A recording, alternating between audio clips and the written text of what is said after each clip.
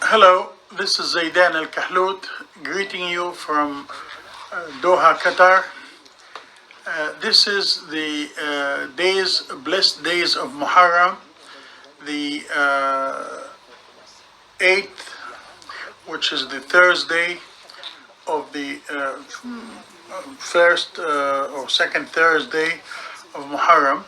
Muharram is a holy month of Hijri calendar, Islamic calendar, and the Prophet, peace be upon him, Prophet Muhammad sallallahu alaihi wasallam, said that the best days of deeds of fasting is the days of Muharram. Muharram is the name of the month, of the lunar month of the Islamic calendar year 1442.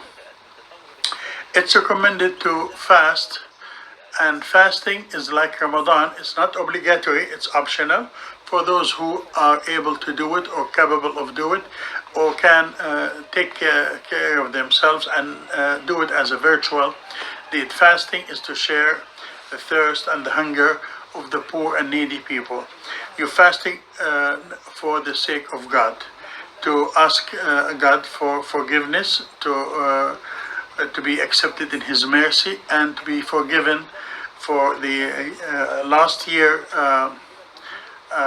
sins and next year sins, as the Prophet said in his one of his authentic hadith, that fasting the day of Muharram, the 10th of Muharram, is the will erase your sins for 2 years, the current year and the next year. So today is Thursday. For those who are able to fast, I do encourage you to fast Thursday, or Khamis in Arabic, which is today. And if you can fast Thursday and Friday, which is the 9th, and the 10th, which is Saturday. So if you can fast these consecutive 3 days, that will be marvelous. It's just an Islamic habit, an Islamic cultural thing, and religious thing. It will tie you links with the poor and needy people all over the world. I started this episode after a long time. This is Zaidan ALKAHLOUT. It's a great thing to start with doing good deeds, and that's the fasting of the Thursday and Saturday, Thursday and Friday and Saturday. Just crossing the news, unfortunately, the bad news is the global number of infected people globally is 24 million people infected of coronavirus. That's very bad. Among those, almost 821,909. So you can say close to a million of these people are dead, and that's not good. May Allah accept those who passed away and accept them in His mercy. Now we come to the United States, and we find that it's almost 6 million, 5.8 million people in the United States are infected of coronavirus, and the number is increasing dramatically and highly. Among those is almost 180,000 people are dead. 1,179 and 344 people are dead of coronavirus. That's bad. Please, brothers and sisters, please, listeners, whoever listen to this message, take cautions. Stay home if you can. Avoid gathering. No parties. No marriage parties. No graduation parties. No pool parties. Gathering. Avoid contacting others. Avoid socializing with others face to face. Wear masks. Wear gloves. Avoid contacting anybody who is not wearing mask. Don't touch somebody's food. Don't eat from unrecognized places. Don't touch any not sealed food. Don't eat in a pan or at a big tray. Eat in a separate plates, and don't use utensils. Wash your hands frequently.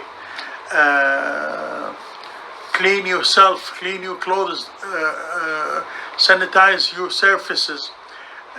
Take care of your elder people, take care of special need people, take care of those who have chronic diseases like heart problems, sugar, diabetes. God bless you. You want to live, you don't want to get sick. Corona is a dangerous disease. Coronavirus is not sleeping. When people go back to school, this is very dangerous unless you're sure your kids are safe, and yourself, the workers, the teachers, the bus driver, the janitors in the school are taking care of things, applying distance between student and student. Don't let your kids go to school unless you are safe and you're sure your kids are in a safe environment. Life is very precious. We are promoting life. We're not promoting death or diseases. Take care of yourself, brothers and sisters. This is very serious. It's not a joke. Now, let's go to the second subject of this episode, and it is the discrimination happening in killing innocent guy, 7 shots in his back in Wisconsin. And I'm sure this is what the iPhones or Galaxy phones captured, and there are other people who nobody knows about them. And this is to tell that in the United States there's no justice. There's killing of any human being is wrong, regardless of his color, religion, age, health, or economic status. USA is full of a lot of racist people who need to be cleaned and educated or treated and replaced. This is a 21st century era of YouTube and Wi-Fi and Zoom. People can record things, so now we hear about them a lot. Why would a police officer shoot a bare man, no weapon, with 7 shots in his back? Why? Isn't he a human being? And he killed him in front of his girl and kids. And he doesn't care. Yeah, he's an officer, he's in uniform, so what? This is an innocent man. You should not kill an innocent man. Even you should not kill. You can hold him with your arms, with your cuffings, but you don't shoot. You don't shoot, and you are not only one. You were officers against a man without weapon. Where is justice? Where is human being value? That's not right. You shouldn't kill a human being because you have a gun. You should not curse a human being because you have a tongue. Give him his right. Give him his rights to express his feeling, to talk, to move, to defend himself, not to kill him, not to shoot him 7 times in his back. And this is discrimination because he's black. So what if he's yellow, if he's red, or if he's blue, or if he's white? It doesn't matter. He's a human being. Give him his rights. Give him his chance. Officers, you need to go to your school books. Read him his rights. You are not to kill. You are to control. You are to give a way to life. Show them the way, the right way, but you're not to eliminate his life, terminate his life. Officers, fear God. Fear Allah subhanahu wa ta'ala. Your job is not God. You are protecting the public interest. And this guy, he was one of your duties to protect and preserve and keep him happy. Happy, not paralyzed. Happy, not dead. Happy, not freaking his children till the end of their life. They will not forget what happened.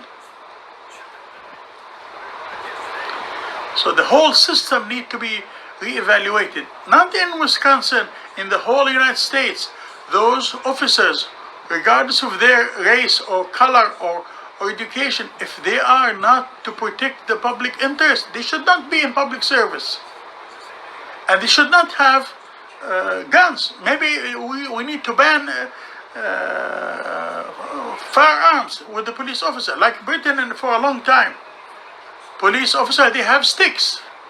No firearms. Let it be. Because we have officers who shoot people. Shoot the people and to death. And that's not their job. Their job is to protect the public interest.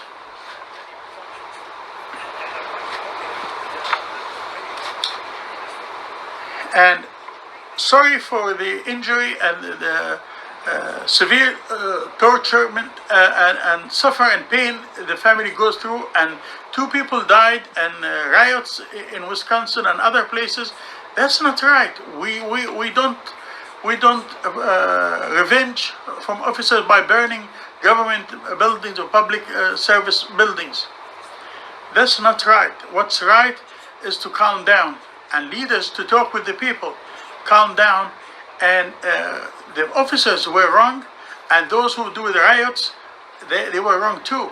We need to control the business. We are in Corona, still in Corona.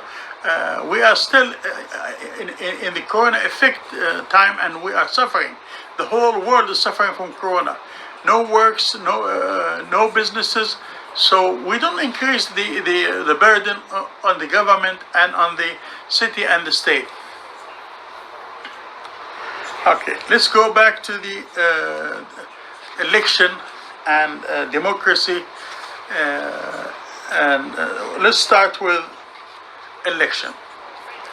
Okay, what's the election? Election is a system of democracy applied in the Western Hemisphere, in the United States and the world. So they said no people to stay in government forever. So they decided in the Constitution that the president will be there for 4 years. 4 years, able to re-elect for another 4 years. But it's election. So by election, that means the president is not in charge for 8 years. 4 years, if the people like him, they renew for him for another 4 years. Or he compete against somebody else and they renew for him, or they put somebody else. So it is a test. This guy whom we elected 4 years ago, he promised and to do this and this and that, and he said he will and he will and he will and he will. Did he do that or not? Are we happier today than 4 years ago? Is our situation, economics, health, work, better today than 4 years ago? Did he tell the truth? Did he declare his income? Did he declare his taxes? What happened since he got in? Did he treat everybody equal or not? So the people decide. Yes, we like this president. He or she did the right thing. He fulfilled his promises.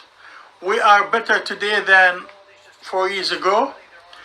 The houses are getting better. The jobs are nicer. The unemployment is lower, or the opposite.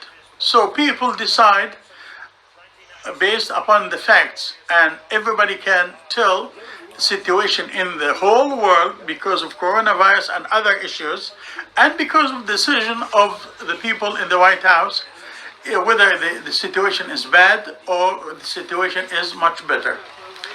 So in the United States, where I am from, we have President Donald Trump and his Vice President Pence for representing the Republican Party, and we have a new phenomena, which is Vice President or former Vice President Joe Biden and a charming young lady called Kamala Harris.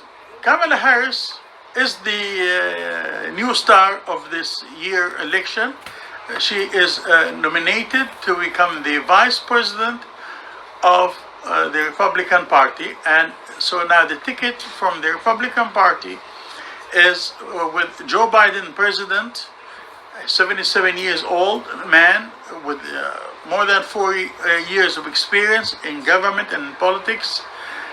He used to be the vice president for Barack Obama for 8 years, and he served in the Congress for several years, etc. Now, the appointing of Kamala Harris as a vice president, she was the prosecutor for California. She's a well-educated young lady. She fight banking, she fight corruption, she fight for the people, and she's a well-known figure. Her father is black, her mother is Indian, from India, Middle East India, and she's a wonderful lady, and she is giving hope to the new generation. She's the daughter of two immigrants, and a lot of people, a lot of African American, they vote for her, and a lot of Arab and Middle Eastern people and Muslims vote for her because they wanted their kids to have a line, to have a vision that one day they're going to be in the White House, and that's the nominee of the Democratic Party. Now, talking a lot about Kamala Harris and Joe Biden is a good thing, but the right thing is this second point, which is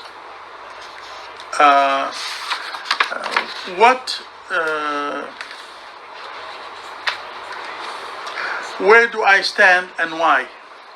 Now, I talked about the Republican Party and I talked about the Democratic Party and their nominees, either Donald Trump versus the Democratic Joe Biden and his Vice President Kamala Harris.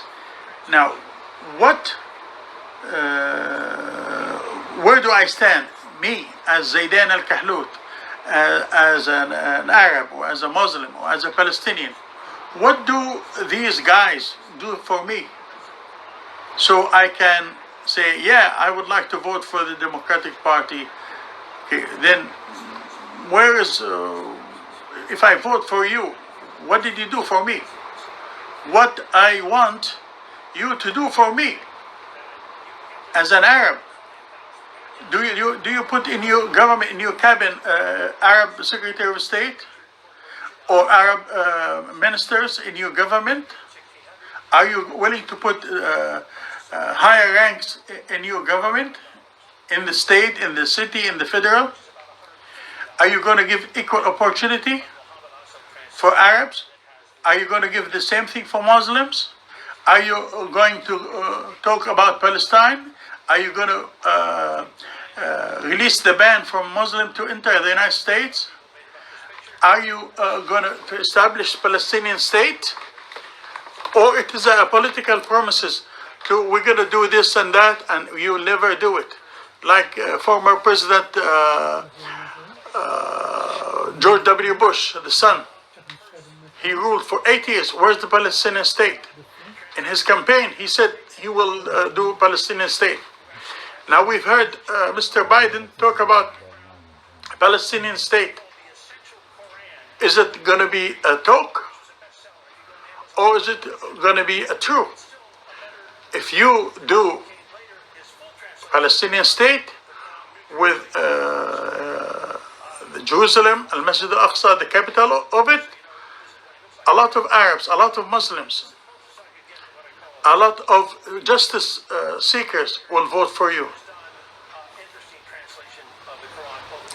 If you insist to ban Muslims from entering the United States, like the current president did in the first days he ruled, Arabs will not vote for you, and Muslims will not vote for you, and Palestinians will not vote for you, And justice people, seekers, and influencers, they will not vote for you. So you want me to vote for you? I am willing to, but apply my goals, apply my dreams. I am part of the American society.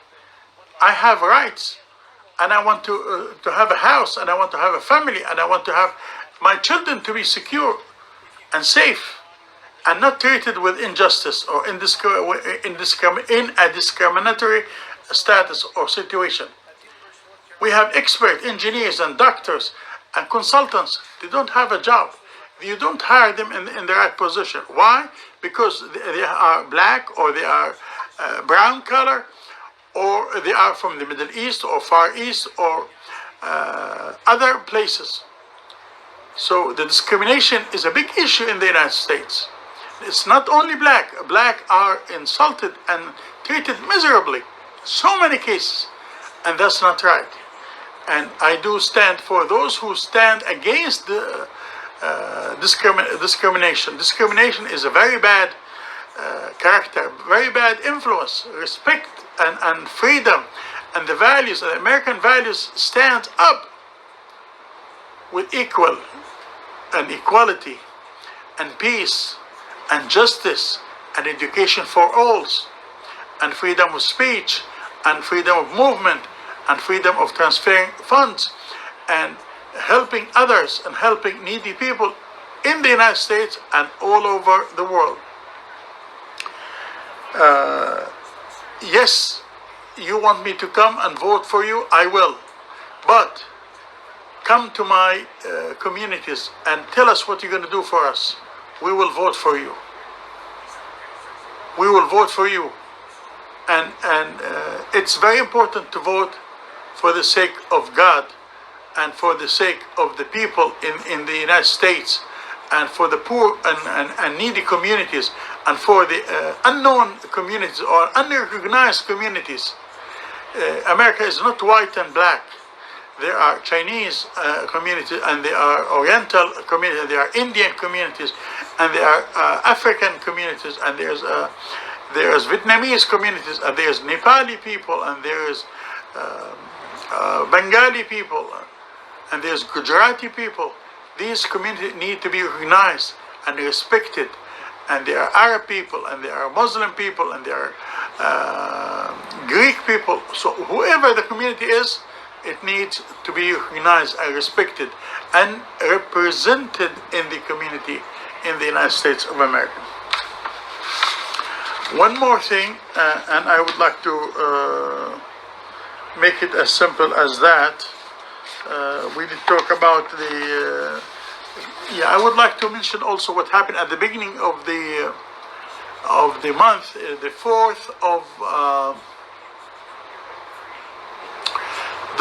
of August, in Lebanon. There was a bomb or explosion,